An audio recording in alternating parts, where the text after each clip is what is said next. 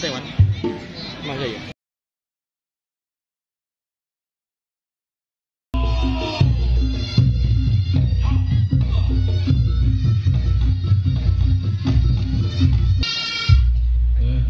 Mugi-mugi anggen kita nyuwun dumateng Gusti ingkang akarya jagat tansah pinabulan ugi dipun jabahi dening Gusti Ingkang Maha Agung. Adicara kalajengaken inggih menika menyanyikan lagu Indonesia Raya. Kagem sedaya kemawon ingkang rawuh wonten dalu punika, semangga kawula aturi jumeneng sautawis menyanyikan lagu Indonesia Raya. Semangga.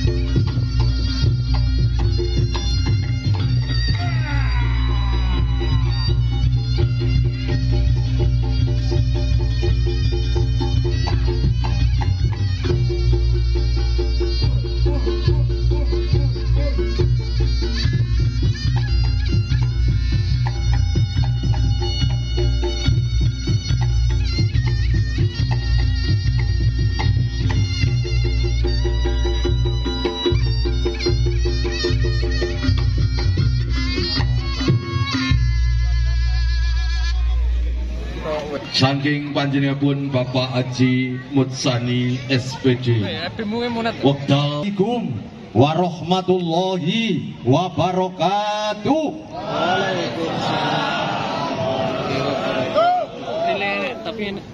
Alhamdulillah wa syukrulillah ala ni'matillah la haula wa la quwwata illa billah. Amma ba'du. Ingkang satuhu kawula hormati panjenenganipun Bapak Camat Bungkal, Bapak Dan Ramil, Bapak Kapolsek Bungkal, ugi panjenenganipun sesepuh kula wonten ing Kecamatan Bungkal, Bapak anggota Dewan Kabupaten Ponorogo.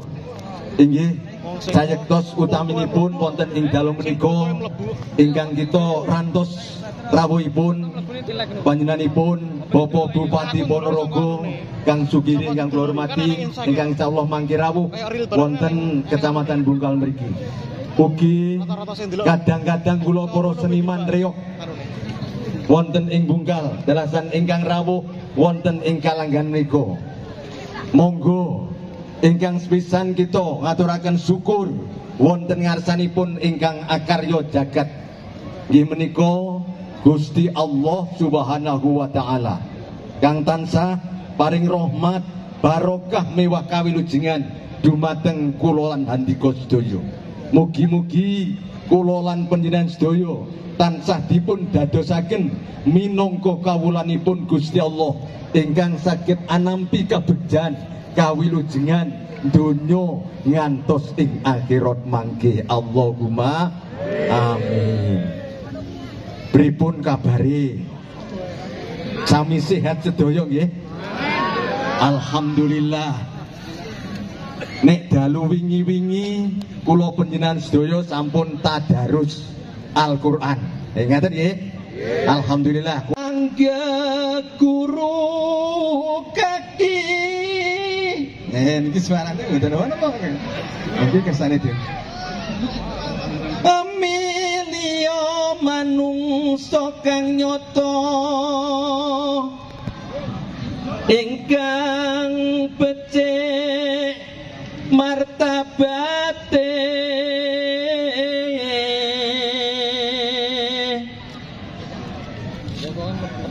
carta ngerti ing hukum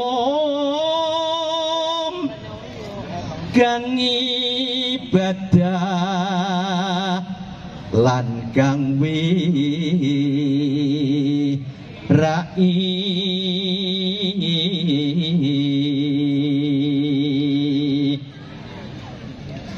cukur oleh wong topo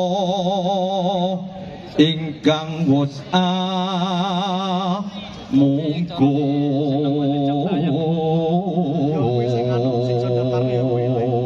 sing pertama tembusan sama tan mikir pawewehing liyan iku pantes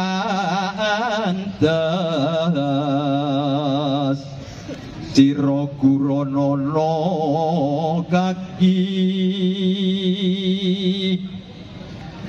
tartane kawruh ono ditibane napa to? Syukur alhamdulillah. Nggih. Kula panjenengan sedaya minangka titahipun Gusti Allah Kang Mas. Nggih. Ingkang roko sedaya niki sejatine padha awake dhewe niki dudu sapa-sapa. Tan liya kula lan panjenengan niki padha kawulane Gusti Allah. Sing maune ya ora duwe apa-apa lan ora iso apa-apa kejawi awake dhewe namung dipun paringi kegiatan dening Gusti Allah. Mila awake dhewe dititahne niki dening Gusti Allah dawuh wonten ing salebeting kitab suci Al-Qur'an nek awake dhewe niki dititahne minangka kawula lan anggadhahi kewajiban ngibadah wonten ngarsanipun Allah Subhanahu wa taala. Kula yakin panjenengan sedaya kita sedaya pengen gayuh kamulyan donya akhirat. Mbah-mbah biyen sesepuh kita sampun kathah paring dawuh wong Jawa antawisipun wong nandur bakal mundur. Niku kata-kata utawi wicantenan kowe edi sanget wong nandur bakal mundur lan lintu-lintupun kathah sanget menawi kita wigatosaken. Mila saking menika monggo anggen kita dados kawulanipun Gusti Allah sareng-sareng kita bangun sesarengan, kita guyub rukun sayek saiko proyo supados kula lan panjenengan anggen kita dados kawulane Gusti Allah niki saged inggih tumuju elek bener terus ngono nggih mboten saged nggih Kang Wandi. Ora iso awake dhewe iki makhluk foto wan bisa. Dak menten kathah niki mboten enten sing wantun ngaku lek aku ora tahu salah. Dadi siji to. Napa kiye nggih tahu salah? Sami mawon bolak-balik. Dados kok kesipatan niki sifate manusa. Mila saking menika nggih. Monggo kita sami agegebengan ing antawisipun kula panjenengan sedaya minangka penggemar seni. Nah, niki seni membikin suasana jadi indah. Dengan seni hidup jadi indah. Wah, niki enten riok niki sedaya ora remen nggih. Aja ngaku wong Ponorogo lek ora seneng karo tenanan iki. Lanipun nggih. Dengan seni hidup menjadi indah. Terus ditambah dengan ilmu hidup menjadi mudah. Terus kesukaran niku badhe dipun udari menawi kula panjenengan sedaya anggadhahi seserepan. Lajeng ingkang angka 3 agama. Dengan agama hidup menjadi terarah. Nah niki monggo kita dadosaken gegeman. Kita manusia diberikan budaya oleh Allah yang berupa seni, utamanya reok Ponorogo ini. Monggo dipun leluri. Ngoten madhok Kang Mati. Madhok. Yes.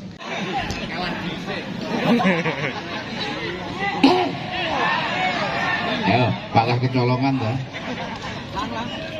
Nyuwun sewu, sugeng kula katur dumateng Bapak Campat lan para sesepuh ati sepuh, tokoh-tokoh seniman reok sekecamatan Bungkal. Alhamdulillahirabbil alamin. Dalu menika kula lan panjenengan sami tansah pinayungan rahmatipun Allah Subhanahu wa taala.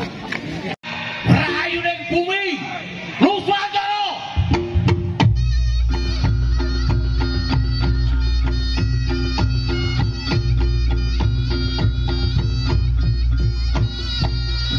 Ayo jajain ngaten.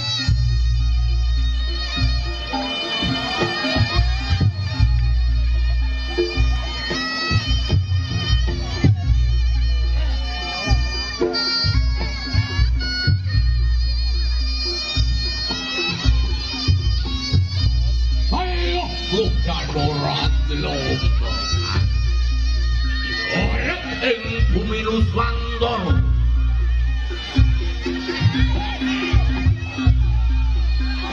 kairing seni reok Ponorogo tak harus budaya buktiane ing masyarakat Indonesia bisa dadi tepo tuwa, bisa dadi tontonan kang bisa dadi tuntunan. Umbala Sardula bisa dadi panuntun para seniman reok kang bisa ambergai, kang bisa dadi tuntunan lan tontonan kang sejati. Kanthi rasa sejatining rasa kang dumunung ana kiblat kula Allah nubuhipun Muhammad Rasulullah. kanthi ngupet peputaning tekad linambaran sura rudra ingkang kuwah kabras oleh Darmasuti. Duh Gusti Kakang Maha Agung, duh Gusti Kakang Maha Murwat Pati Putra. Ing wulan Supramadon kang agung kang mulya. Bisa anyeksen uyuh lan rukunipun para seniman reok Ponorogo. Setan priprayangan padha minggir padha minggato aja ganggu gawe. Ajak pangajak seniman reok Kecamatan Bungkal. Tansau bisa berkait bumi Ponorogo. Rayu, rayu, rayu yang Ponorogo.